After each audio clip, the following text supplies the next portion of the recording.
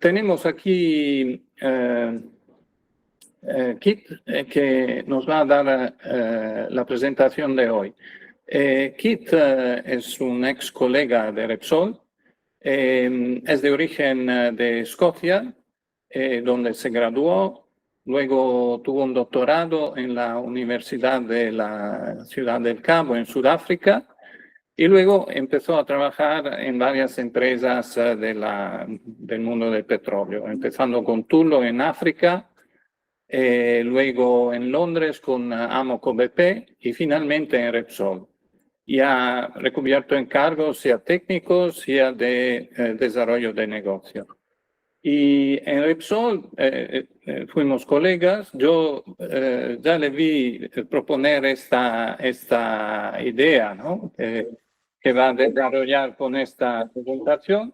Me pareció muy original y entonces estoy muy curioso de volverla a ver propuesta en esta conferencia. Entonces, Gracias, a ti, Kit. Muy bien, bueno, gracias a todos por vuestra paciencia mientras arreglamos todo aquí. Bueno, ¿de qué tratamos? Tratamos de algo que se llama Double Saloon Door tectónica, quiere decir tectónica de dobles puertas de un salón, como un famoso peli de vaqueros. Y aquí tenemos algunos sitios que hemos usado o visitado para desarrollar esto.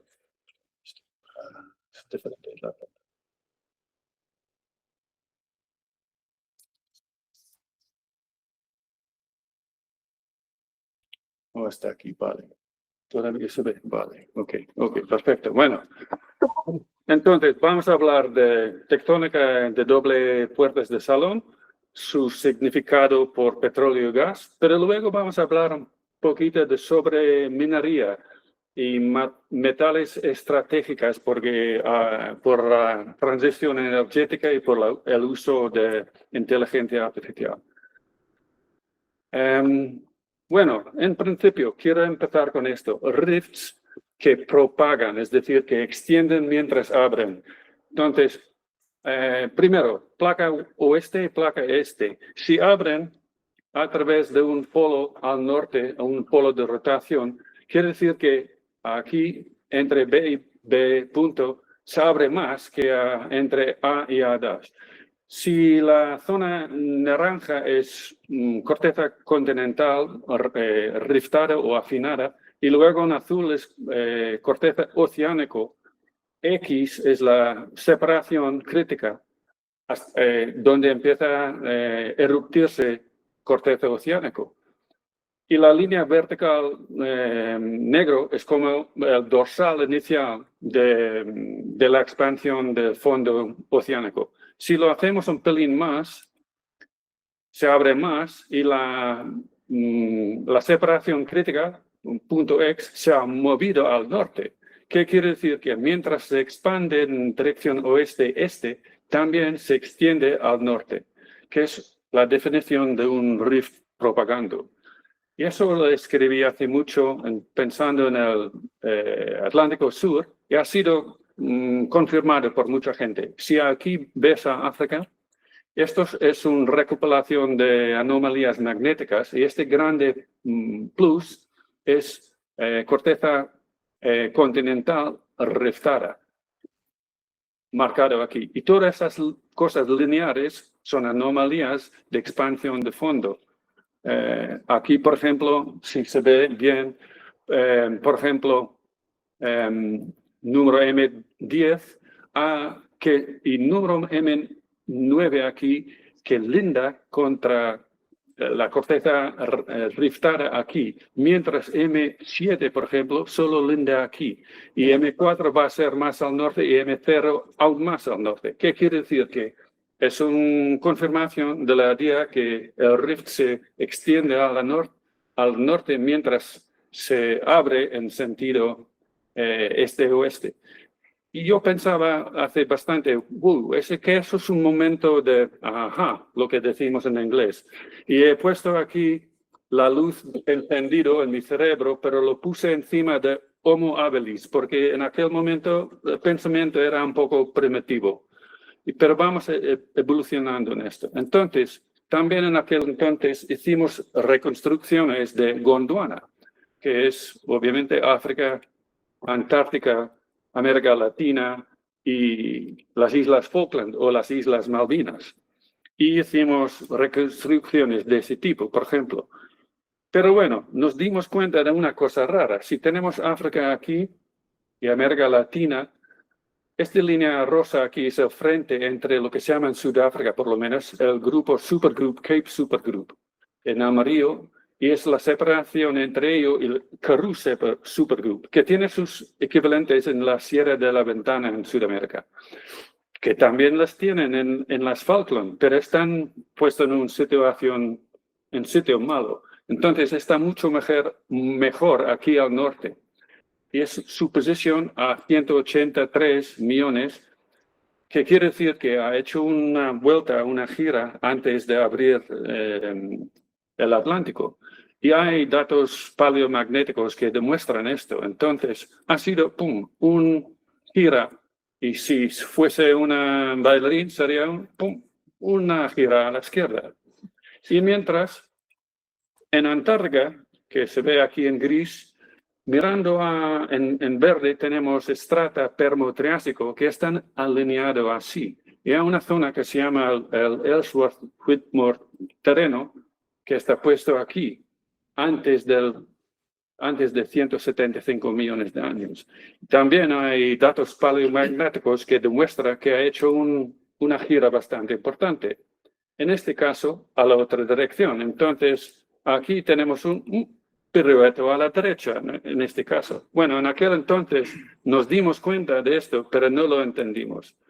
Bueno, años después, trabajando por Repsol, mirando a Libia, Cuenca Sirte y Cuenca Murzuk, me di cuenta de que, mira, rotaciones de este tipo opuestas son bastante común. Por ejemplo, los Baleares rotan en dirección sentido reloj, mientras Sardeña y Córcega, aquí, rotan en la dirección opuesta. Y también es verdad de los Kabiles. También pasan en España, como sabéis seguro, en los Béticos y el Rif. Hay rotaciones opuestas. Y también pasan en el Arco Calabrio, en la tierra de Ricardo. Y si expandimos un poquito el Mediterráneo, también pasa en los Cárpatos y en el arco helénico. Y en todos esos casos tiene que ver con lo que se llama rollback. Rollback, seguro que todos conocéis. Quiere decir que la zona de subducción se retira hacia el océano por el peso, por la gravedad de su propio peso. Entonces yo pensaba, otro momento de enciende la luz. Y esta vez vamos evolucionando, entonces he puesto la luz encima de la cabeza de Homo erectus. Bueno, entonces tenemos rotaciones de direcciones opuestas, como marcado por las flechas estas. ¿Qué quiere decir? Que placa oeste 2 está abriendo de placa oeste 1 a través del polo de rotación P1, mientras este 2 aquí está rotando en sentido contrarreloj desde este 1 sobre este polo de rotación, como hemos visto en las diapositivas anteriores. Y hay un rift que propaga hacia este polo, también hacia este polo, pero son dos diferentes propagando en direcciones opuestas. Y mientras, cuando oeste 2 rota en esta dirección y este 2 en este, abren otro rift entre los dos. Esto normalmente pasa vinculado con una zona de subducción como esto, ¿qué quiere decir? Que hay extensión entre estas dos placas, pero la compresión está aquí en la zona de subducción. Y la analogía es como las puertas dobles del salón cuando entre el vaquero en una peli de vaqueros del occidente. Vale. Vamos a ver un caso del Mediterráneo, a ver si es la verdad o no. Aquí tenemos Iberia, aquí África del Norte, y eso es una recopilación de anomalías magnéticas. La línea blanca aquí con triángulos blancos es la reconstrucción de la zona de subducción alrededor de 15 a 12 millones, hace entre 15 y 12 millones de años. Entonces, en el modelo ortodoxo de subducción y luego expansión de cuencas retroarca, es que es paralelo a la zona de subducción. Pero mira esta zona aquí. No, las anomalías son casi perpendiculares. Vamos a destacar un par de cosas. Aquí tenemos destacado anomalías positivas y luego aquí negativos, que son casi perpendicular a la zona esta de subducción. Y luego al noreste tenemos orientaciones muy diferentes. Y luego en la cuenca Argelia, otra vez tenemos orientaciones muy diferentes. Y en mi opinión es muy similar al modelo. Entonces pensaba, ajá, ese es otro momento de, ajá. Y esta vez hemos puesto la luz por encima de la cabeza de Homo heidelbergensis, porque estamos evolucionando en el pensamiento. Vale. Esto es común, de rotaciones opuestas. Bueno, hasta ahora he identificado 17 casos. A ver, que no está funcionando ahora. Ah, sí, ya está. Lo he marcado en zonas de doble flechas rojas. Algunos que hemos visto ya en el Mediterráneo, pero hay otros que son de áreas bastante famosas. Por ejemplo, lo de Gondwana y el sur de Atlántico es una zona bastante petrolífera. Esta cuenca aquí, el Songliao, cuenca en China, es una cuenca que ha producido 12.000 millones de barriles de petróleo y piensan que es el más grande donde las rocas madres son únicamente lacustre. Pero bueno, entonces yo pensaba que eso es interesante. Y luego hay un caso, perdona, antes de ello, voy a destacar el caso de los Andes centrales aquí, porque es diferente. Hay rotaciones opuestas, pero en este caso la zona de subducción es diferente, es que es cóncavo en la dirección de subducción, mientras todos los demás casos la placa subductada es cóncavo, en este caso es convexo. Y vamos a mostrar más tarde esto en más detalles. Y luego hay un caso en el Rif de África Oriental, donde no hay una zona de subducción cerca. Y luego hay otros ejemplos que pienso que pueden ser posibles. Vale, vamos a ver a un ejemplo, por ejemplo, en Indonesia. Aquí en negro, esta línea con triángulos negros, tenemos una zona de subducción donde se hunde la placa australiana por debajo de la placa asiática. Y eso es Sumatra, Java, Bali, Borneo, etc. Y aquí tenemos el modelo ortodoxo. ¿Qué quiere decir? Que, por ejemplo, aquí en gris tenemos una placa que va a subductarse o hundir. Y detrás tenemos una cuenca en situación retroarca. ¿Y por qué? Porque bajo su propio peso, la gravedad, este eje aquí va yendo hacia el océano, porque a veces esto se hunde más que en vez de hundir alineado así, se hunde más verticalmente. Entonces, la curva aquí se va hacia el océano. Si eso es hasta un nivel correcto, pero no del todo, porque si fuese este modelo totalmente correcto, tendríamos una zona de cuencas en zona retroarca en Indonesia, paralelo a la zona de subducción. Pero, como sabéis, con mis comentarios no va a ser así. Es así. Las fallas principales de todas esas cuencas, aquí, desde Mergui hasta todos los famosos sitios de Indonesia, las fallas son casi ortogonal a la zona de subducción. Entonces, no tiene sentido en cuanto al modelo ortodoxo, pero sí tiene sentido si hay rotaciones opuestas que ponen esta zona en tensión. ¿Y qué quiero destacar de esto? Es que que los modelos ortodoxos no son del todo correctos. Y número dos, que otra vez vamos a ver rasgos que son perpendiculares a las zonas de subducción en vez de paralelo, como dice el modelo ortodoxo. Otra cosa, vamos a esta vez a Japón. Y aquí tenemos Eurasia, eso es Japón.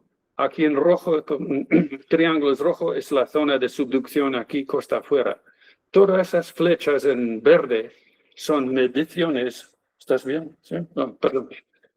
Son mediciones de rotaciones en sentido de reloj. Y todos estos en naranja son mediciones de rotaciones en sentido contrarreloj. Quiero destacarte una cosa más allá de esto, es que esas son las dos rotaciones. Los polos de rotación calculados son o estos. Pero una cosa más, es que aquí tenemos una cosa que se llama fosa magna, que quiere decir fosa grande, obviamente, y la fosa magna es perpendicular a la fosa abisal de esta zona. Otra vez, tenemos cosas perpendicular a las zonas de subducción en vez de paralelo. Y es un rasgo muy importante en Japón. Vale. Vamos a ver al modelo de nuevo, un par de placas aquí, una rotación en esta dirección, otra rotación en esta dirección. Y hablamos de un riff que propaga ahí, propaga aquí. No, hasta ahora he explicado, pero en esta zona se propagan ambas direcciones. Otro día igual lo contaremos. Pero quiero decir que la zona de iniciación de la cuenca es aquí y aquí. Y si lo rellenamos con sedimentos, es más probable que tenemos aguas profundas en esta zona y también espesor más grande, porque es donde iniciaba la cuenca. Y si en cuanto a madurez, según un modelo, tendríamos más madurez aquí y aquí, y si lo quitamos esto, la dirección de migración sería, según las flechas verdes, así. Y puedes decir que, bueno, ese es solo un modelo. Pero bueno, vamos a volver a Japón. Y aquí a la izquierda son mediciones del espesor de sedimentos y volcánicas neogenos. ¿Y dónde está más espeso? Aquí, en la fosa magna, que es este rasgo que hemos comentado, que cruza las islas en vez de ser paralelo. Y si vamos a esto, y mira, entiendo que el sistema petrolífero de Japón es muy modesto, pero es que sí, hay un sistema petrolífero. Y la roca madre principal se llama Green Tuff, ¿dónde está la flecha? Aquí, o tufa verde. Y mira su distribución. Está distribuido a lo largo de la costa del mar de Japón, pero también cruce la isla aquí. ¿Y dónde? Precisamente en la fosa magna. Entonces, nuestro modelo está de acuerdo con lo que pasa en Japón en este caso. Bueno, vamos a volver al Mediterráneo, a cosas que están más conocidas aquí. Aquí tenemos un corte de los campos de Casablanca, ¿vale? Aquí en verde mesozoico y aquí en amarillo neógeno. Y eso es una columna estratigráfico. Y si vemos esto, básicamente tenemos una parte pre-riff, parte sin-riff y post-riff, ¿vale? Y os recuerdo que uno de los reservorios en este caso es un carbonato pre-riff y luego tenemos un dolomita que es sin-riff y luego la roca madre principal es parcialmente sin-riff y parcialmente post-riff, ¿vale? Y también esta zona es una de esas áreas donde habíamos tenido una rotación de los Baleares, aquí, ¿ok? Y Casablanca está aquí detrás. Ok, ahora la clave de esta diapositiva es que aquí hay mediciones de la rapidez de la rotación a través de estudios paleomagnéticos. Y los dos periodos más rápidos de 14 grados por millón de años y aquí de 10 grados por millón de años en cuanto a rotación, están en la edad misma de la roca madre. Y tiene sentido. Si haces esa rotación más rápido, quieres decir que creas más zona o sitio de acomodación por el sedimento. Y si el suministro de sedimento es más o menos similar, en un periodo de rotación más rápido, creas más sitio de acomodación, hay la tendencia es de tener aguas profundas.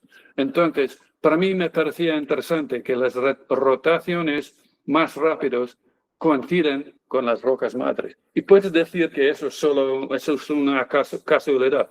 No tengo tiempo para explicarlo, pero exactamente la misma cosa pasa en Japón. La roca madre coincide con las rotaciones más rápidas. Vale.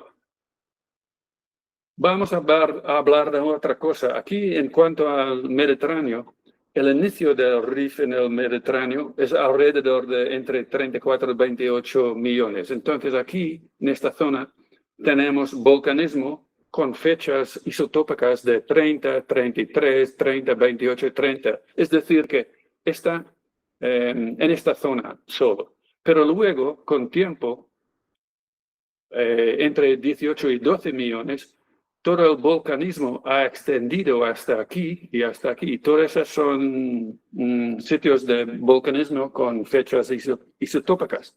¿Qué quiere decir? Que el rift ha propagado desde aquí hasta aquí en un periodo de más o menos 18 millones de años. Es decir, que al sureste casi 900 kilómetros y al noreste 200 kilómetros. Pero ¿qué quiere decir? Que aparte de propagar según las anomalías magnéticas, también está confirmado por las fechas isotópicas. Pero también quiere decir que hay una ola de calor. Mientras el rift propaga, está vinculado con mucho volcanismo. ¿Quién está haciendo su evaluación de una cuenca en cuanto a la madurez de rocas madres, pensando en una ola de calor en vez de calor y fin de historia? Entonces, creo que es importante también. Otra cosa, aquí tenemos nuestro modelo de nuevo aquí, que quiere decir que hay un rift que propaga ahí, y este que propaga así.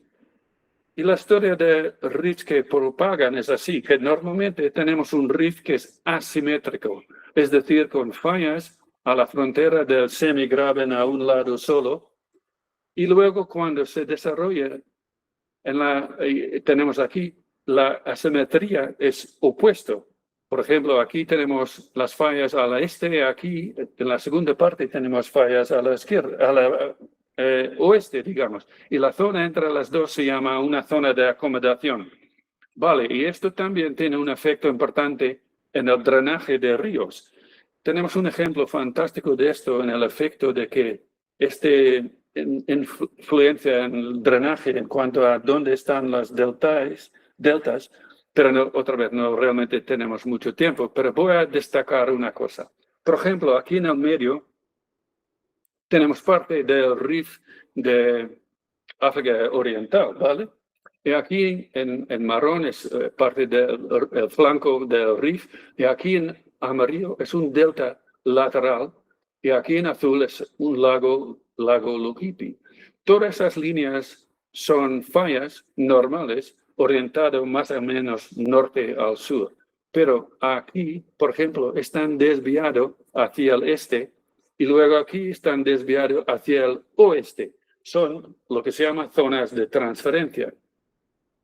Y la parte este, por ejemplo, donde se extiende hacia el oeste, se llama una rampa, relay ramp, una rampa desviada. Bueno, aquí a la izquierda tenemos otro rift parecido, pero esta vez vemos al lado oeste de este rift, donde, por ejemplo, falla importante está desviado aquí hasta aquí y luego vuelve hasta aquí, que es otro relay ramp, ¿vale?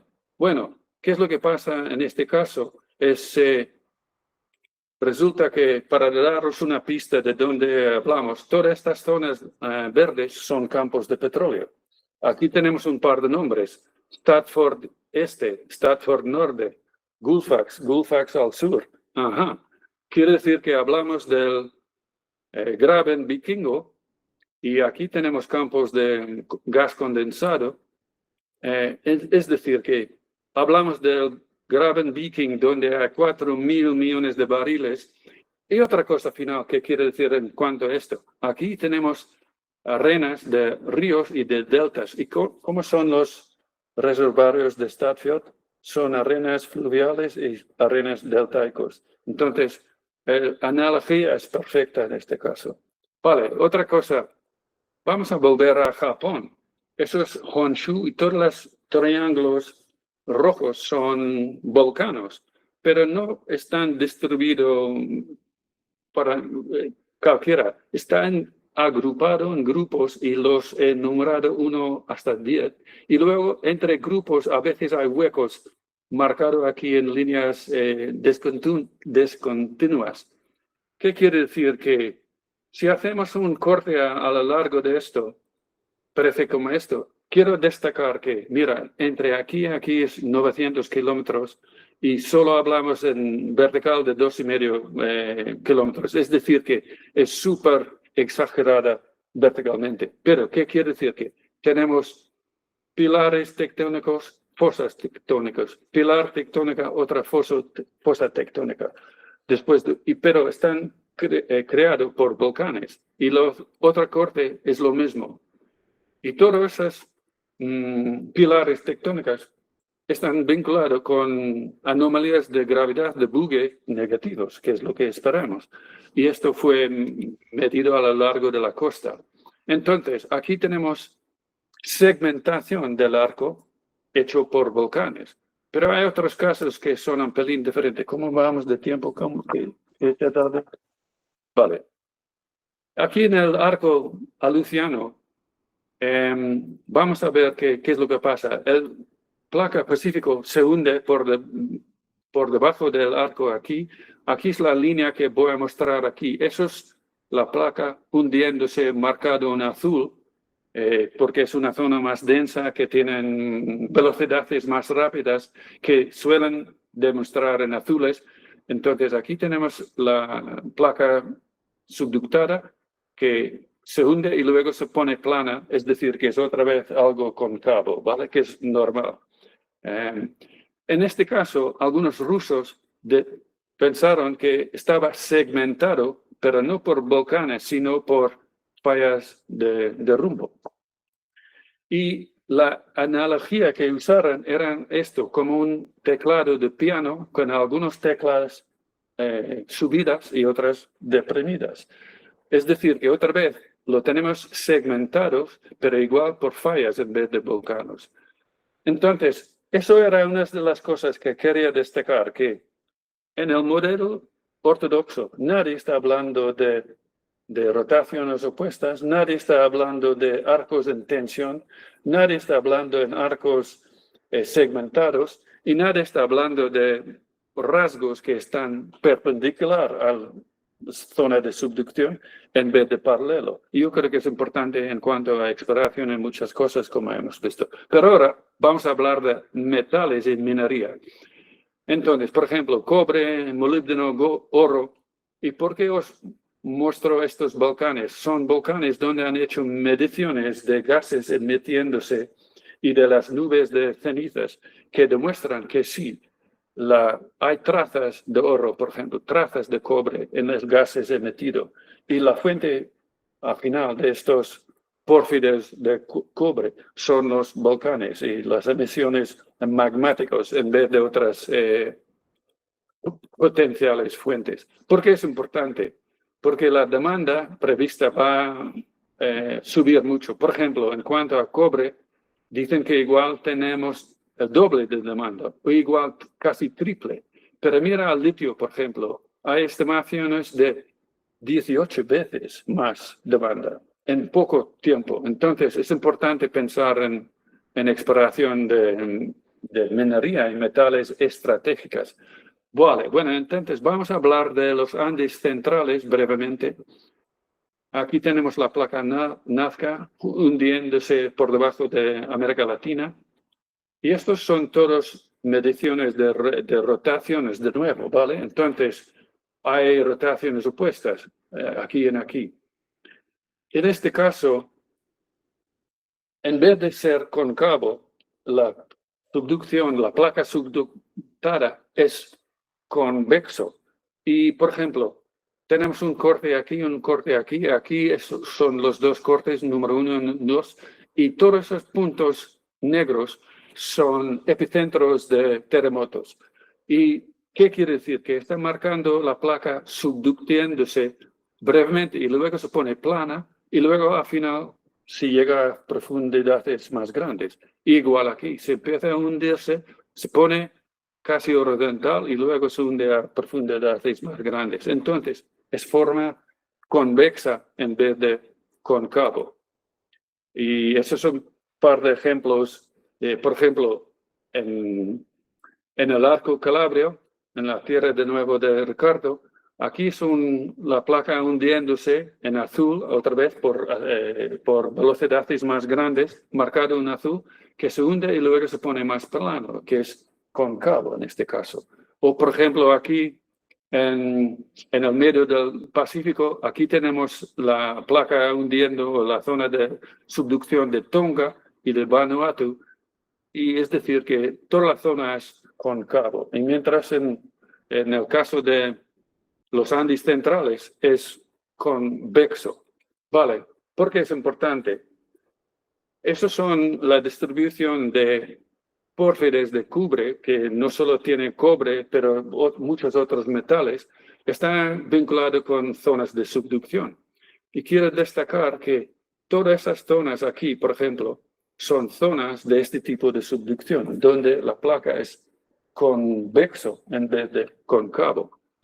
Y hay otros similares, lo que se llama sintaxis de orogénesis en Alaska y Cascadia, y luego hay zonas como noreste de China, sureste de China, donde piensan que ha cambiado de una placa convexo a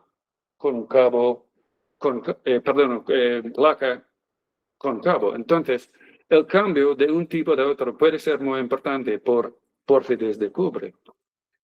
Y también pasa en varios sitios que he mencionado que son de doble tectónica de doble puerta, y también pasa en zonas de colisión como Sagros y Tibet. Vale, bueno, modelo de qué es lo que pasa. En una zona normal, si cuando se hunde una placa oceánica, tenemos volcanes bastante cerca, pero si tenemos lo que se llama flat slab o subducción en forma convexo, una zona muy plana o así, ¿qué es lo que pasa? Podemos tener deritos de materia de la placa oceánica aquí que llega al fondo parte de corteza continental. Y aquí tenemos volcanes mucho más, a distancia más grande que lo normal aquí. Y aquí tenemos marcado con martillos cruzados zonas de depósitos de pórfides de cobre. Y es porque aquí en la parte baja de la corteza continental hay cristalización fraccional. Entonces, los magmas mágicas se cambian en felsicas, que pueden llegar a situaciones mucho más someras, y luego a partir de ahí hay cambios que producen las minas. Por ejemplo, aquí quiero destacar solo un par de cosas. Eso es una parte magmática y eso sería superficie. Y esos son todos tipos de metales que están desarrollados en algunas minas. Solo quiero decir que podemos tener 1, 2 o 3 partes de magma, es decir, que durante un periodo largo hay un granito y luego porfido 1 y luego porfido 2. Y solo más allá de ahí quiero destacar que hay varias zonas de diferentes metales. Por ejemplo, aquí cobre, oro, molibdeno, pero una vez que está mezclado con aguas, por ejemplo, puedes tener muchas otras cosas como arsénico, antimonio, mercurio, gold en diferentes zonas. Vale, volviendo a los Andes centrales, también los volcanes aquí están distribuidos en grupos y huecos. Y he mostrado esto contando volcanes en ventanas de 25 kilómetros, es decir que los cuento en una ventana de 25 kilómetros, lo muevo. Y entonces, contando esto, es verdad que tenemos grupos y luego áreas no necesariamente huecos totales, pero donde hay menos volcanes. Entonces, más y luego menos. Entonces, esta idea de tener segmentos puede ser por volcanes, pero luego hay gente que piensa que es solo por fallas. Por ejemplo, en esta zona de los Andes centrales, aquí tenemos varios tipos de fallas. Por ejemplo, estos en rojo son casi paralelos al orogénesis, pero hay otros en verdes a ángulos. Por ejemplo, estos son noreste a suroeste, este noroeste a sureste. Y todos son fallas de rumbo. ¿Y por qué quiero mostrar esto? Es que a las intersecciones de diferentes tipos de fallas es donde hay tendencia de tener grandes depósitos de pórfidos de cobre. Por ejemplo, aquí hay un grupo de minas marcados en martillos dobles de Collahuasi, y luego hay un hueco, y luego hay otro grupo, y luego un hueco, y luego otro grupo, hueco, grupo. Es decir, que las minas, los depósitos gigantescos de pórfidos de cobre también son evidencia de segmentación. Entonces, acabamos de decir que segmentación es importante en los casos de zonas de rotaciones opuestas por estar en tensión. Y está interesante aquí, tensión en un sentido, porque hay compresión en otro sentido. Está importante en cuanto a la distribución de pórfidas de cobre por este tipo de fallas. Bueno, modelo de esto. A veces hay gente que piensa que tenemos bloques más densos y esto está medido a través de anomalías de gravedad residuales, y materia que sube del manto está desviado a la frontera del bloque más denso y aprovecha de estos tipos de fallas. Por ejemplo, esa es una falla origen paralelo, y luego estos dos, a estos ángulos, básicamente son un par de fallas estilo Riedel, como Shields-Riedel, ¿vale? Entonces, y a la intersección es donde tenemos depósitos de pórfidos de cobre. Entonces, es importante, ¿por qué? Porque voy a mostrar otra cosa, es que en el caso Andes Central, el acortamiento en la faja de pliegues, etcétera, es más destacada en esta zona aquí, que quiere decir que se mueve materia hacia el axis de este oroclino.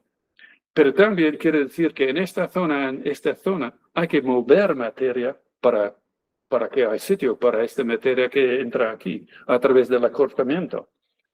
Y este movimiento aquí es la razón por las rotaciones contra reloj en aquel parte y con reloj en esta parte. Y está creado a través de fallas que son orogénesis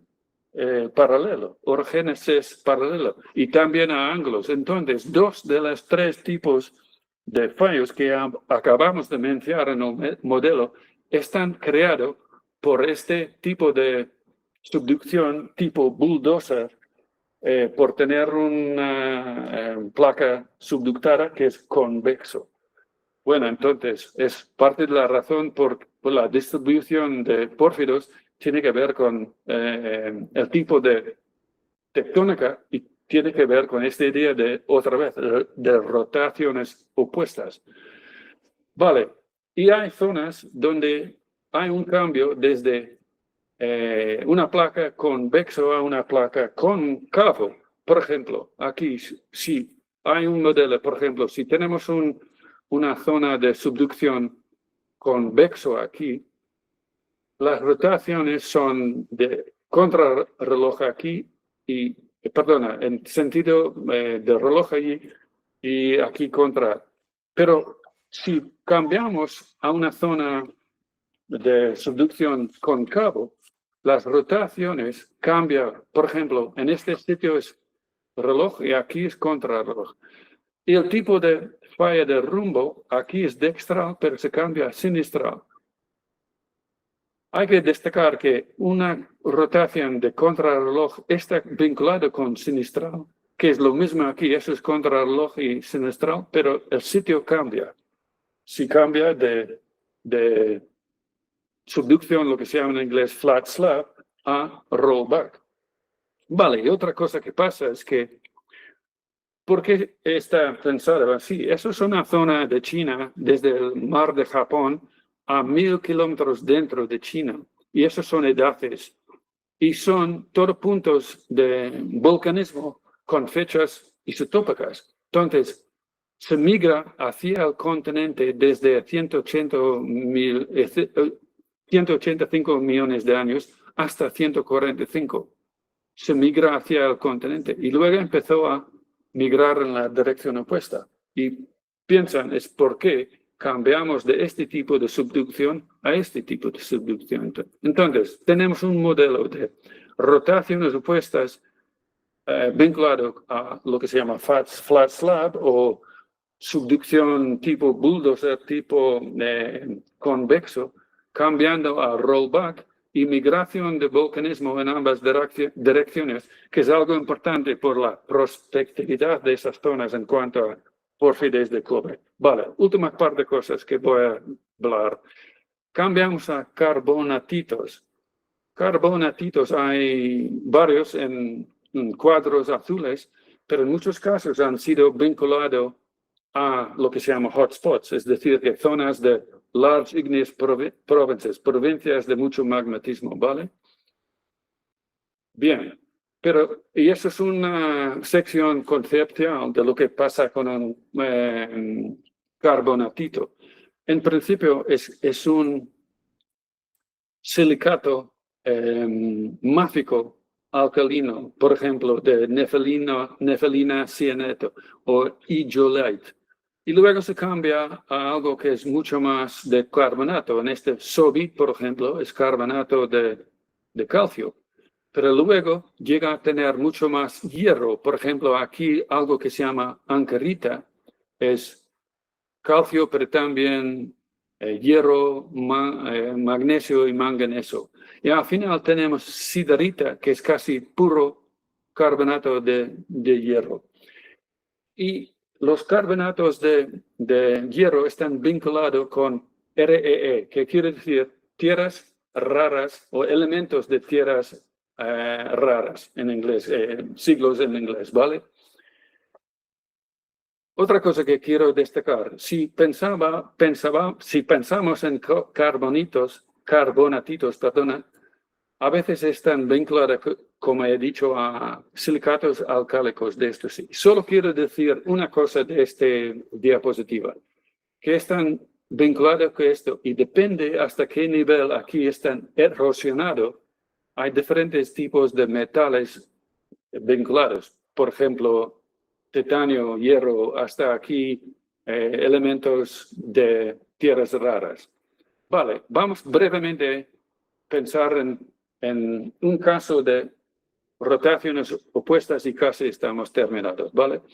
En el Rift de África Oriental está básicamente separando la placa Nubia, aquí en blanco, de la placa Somalia en azul. Pero también hay dos placas pequeñas, este que se llama placa Victoria y este Rovuma. Y a través de vectores de deslizamiento de terremotos y también de GPS, saben que este rota en sentido contrarreloj y este en sentido reloj. Y esto es como el modelo que hemos tenido. Por ejemplo, la placa Victoria sería como norte 2 aquí, separándose de aquí, y Rovuma separándose de aquí. ¿Qué quiere decir? Que deberíamos de tener un rift que propaga hacia el norte aquí y uno que propaga hacia el sur, como marcado aquí en las dos flechas puntuadas. Y es así, porque estos son fechas isotópicas y las más antiguas asociadas con el rift están aquí y luego se pone más joven hacia el norte. No tenemos suficiente casos de volcanismo al sur, pero es que es la idea ortodoxa que este propaga hacia el sur. Vamos brevemente a mencionar esto y luego son dos más diapositivas y hemos terminado. Pero mirando a las dos ramas oeste y este del Rif de África Oriental. Aquí tenemos algunas, las fechas isotópicas de volcanismo, que quiere decir que supone que a través de eso, porque eso es más joven, que ha propagado aquí al norte. Hay una zona breve de propagación al sur, pero luego al norte de nuevo. Y voy a destacar, mira, hay varios diferentes tipos de mediciones. Por ejemplo, esto está basado en el salto de las fallas a las fronteras de los semigraben. Y voy a destacar un par de cosas más, pero en general lo que pasa es que hay 7 indicadores de propagación hacia el norte y solo 3 al sur. Balance ha propagado al norte, que es contra del modelo ortodoxo del Rif oriental de África. Pero bueno, en este lado, en el ramo este, todos estamos de acuerdo que propaga hacia el sur. Quería decir antes de dejar esto, que al punto del Rif que está propagando, hay carbonatos aquí destacados en hexágonos rojos con fechas muy fuertes. Entonces, al punto del Rif propagando tenemos carbonatitos, pero también al inicio hay carbonatitos con la misma fecha del inicio del Rif.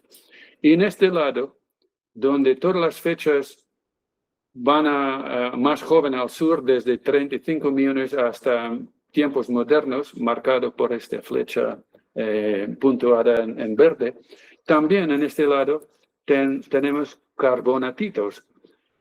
Mira, las fechas también se van a más joven al sur. No es una propagación tan bien desarrollada. Y yo creo que parcialmente es porque en aquella zona hay una mezcla de fechas, pero es parcialmente porque tenemos métodos de potasio-argono, que no es tan fiable que otros métodos. Y cuando hagan más trabajo en esto vamos a ver. Pero bueno, ¿dónde está mi flecha? De nuevo aquí. Entonces, brevemente, ¿por qué tenemos carbonatos al punto del Rif? Es que en el punto del Rif la corteza continental es más espeso. Entonces, el magmatismo viene de una profundidad más grande, es otro tipo de magmatismo. Mientras aquí, en este corte desde el punto de un Rif hasta un Rif bien desarrollado, aquí tenemos basaltos que solo llegan de más o menos 75 kilómetros. Y por eso es diferente. Entonces, al punto del Rif, aquí tenemos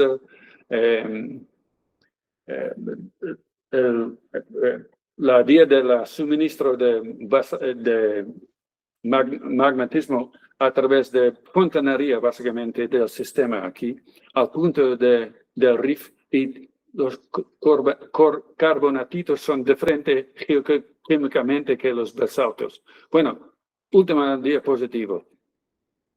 Empezamos con un Rif que propaga en el sur del Atlántico, entre África aquí en América Latina. Está marcado aquí M10, que es la primera anomalía de expansión del fondo del océano. Está marcado que propaga hacia el norte por esta flecha abierta.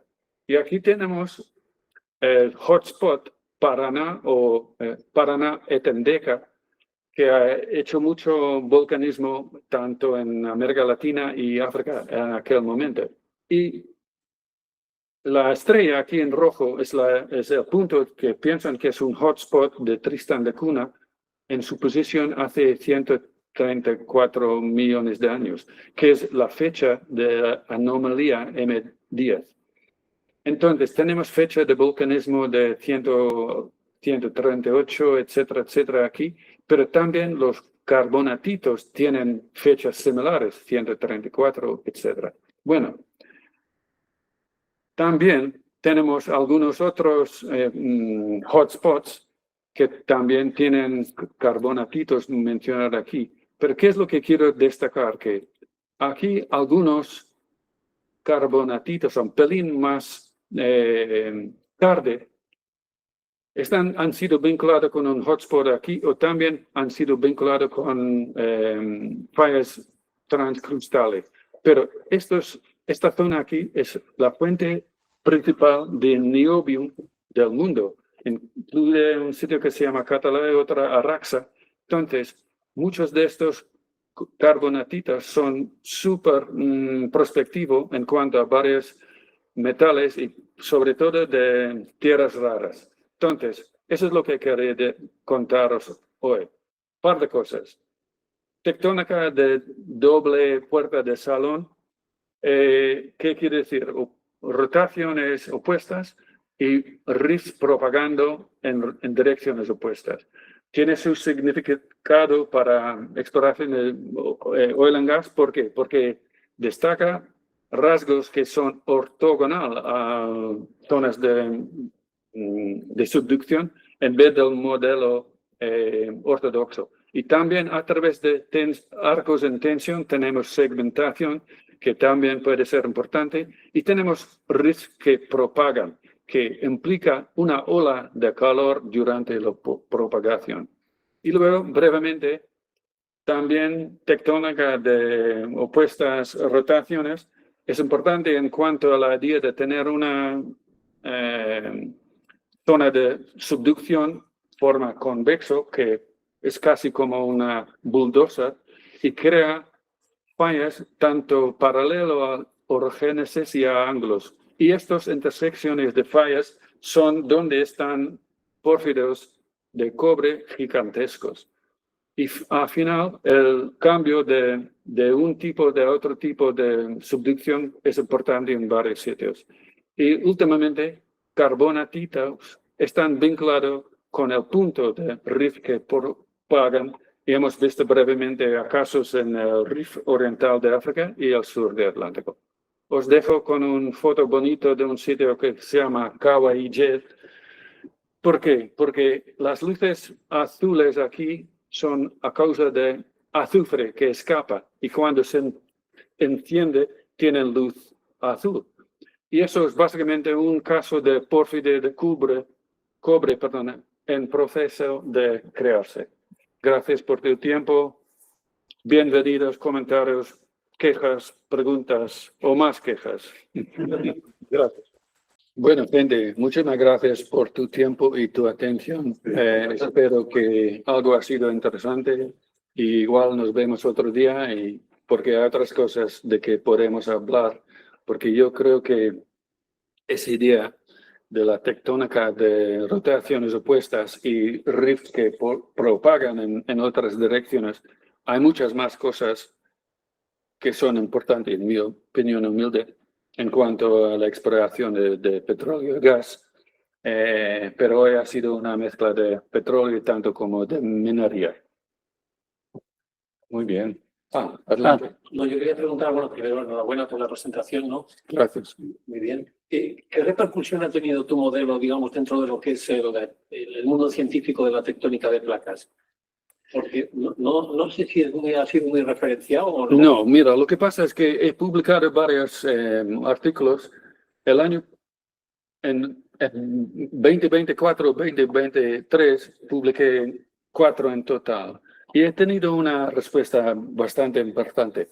Mira, hay que destacar que no estoy diciendo que la teoría de placas tectónicas está mal hecho, porque en general está súper bien. Solo estoy destacando algo particular de algunos casos donde se ve que hay microplacas que rotan en direcciones opuestas.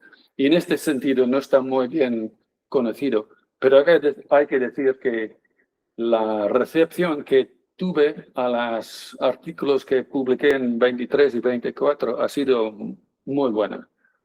Por ejemplo, no sé si te vas alguna vez a un sitio que se llama ResearchGate, que es una plataforma de investigación.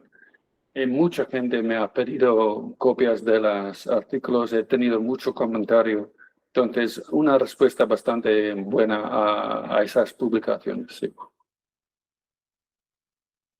Gracias, Alexander. No, a mí me ha gustado mucho tu presentación y sobre todo el caso del RIF de Kenia. Pues, mostraste sistema activo, uno aplicado a la exploración de petróleo y el otro a las carbonatitas. Entonces, eso me gustó bastante. Vale, bueno, gracias. El contexto, para el mismo contexto geológico, dos aplicaciones.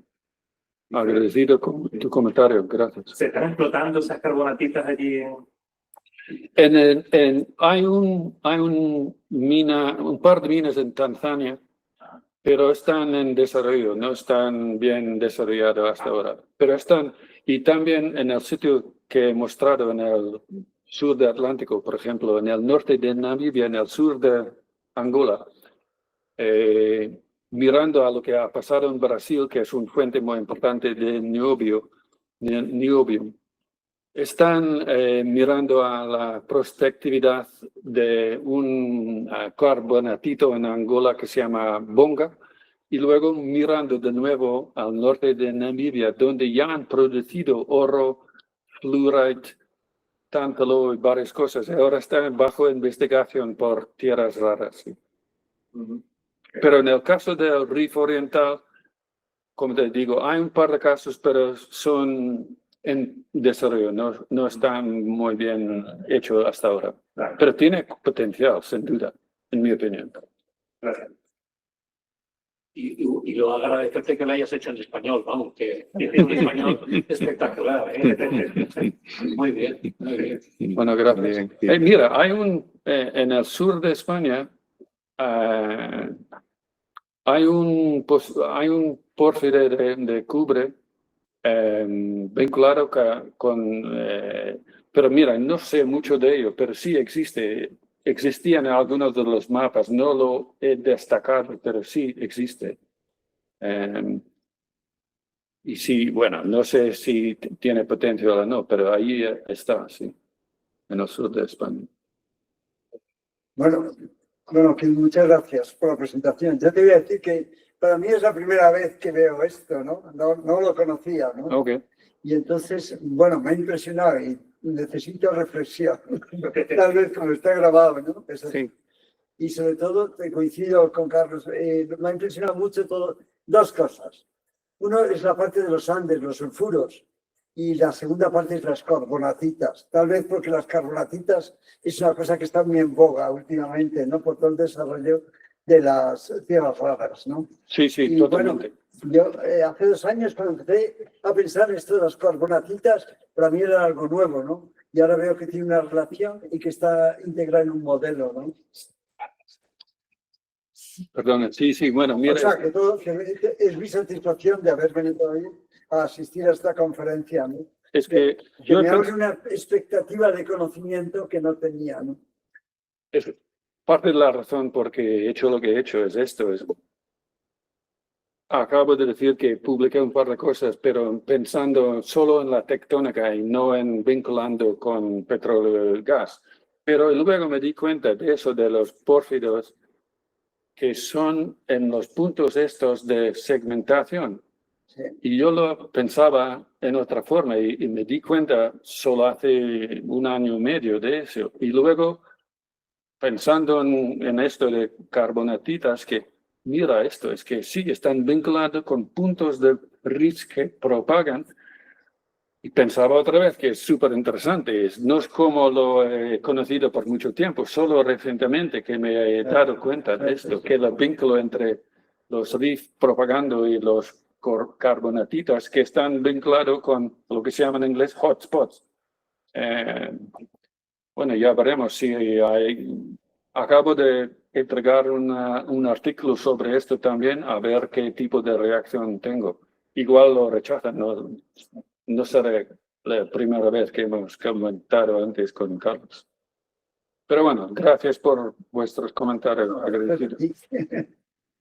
Yo te quería preguntar, porque hay un par de cosas que no he entendido muy bien. Bueno, la presentación me ha gustado mucho, enhorabuena, pero esto de la doble apertura es solo en las etapas iniciales del RIF y luego ya se pasa a un modelo más como el RIF atlántico, que todo se va separando y ya las microplacas dejan de... Ah, sí.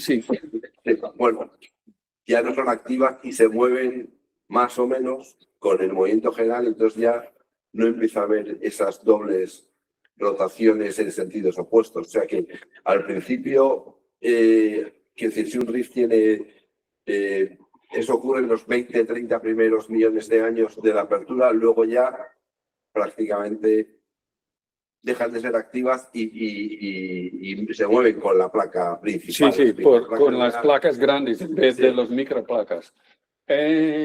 O sea, o puede ocurrir en cualquier momento de Buena la extensión pregunta. del rift. em, Bueno, o de la vida del rift, ¿no? Sí, sí, sí.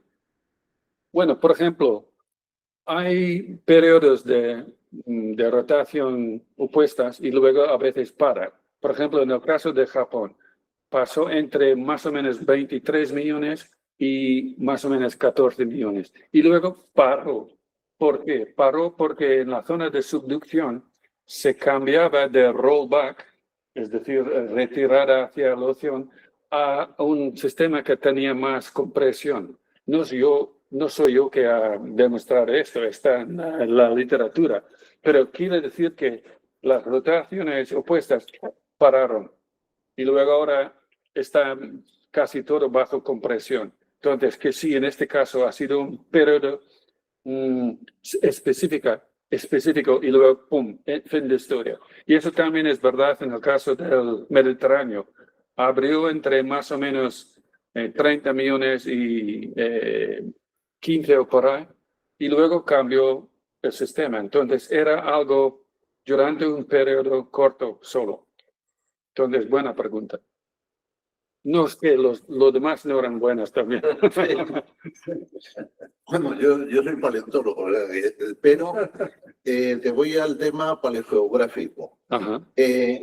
He visto que en algún caso, como el de las Malvinas, pues has situado los contextos previos a las aperturas estas, pero claro, hay un...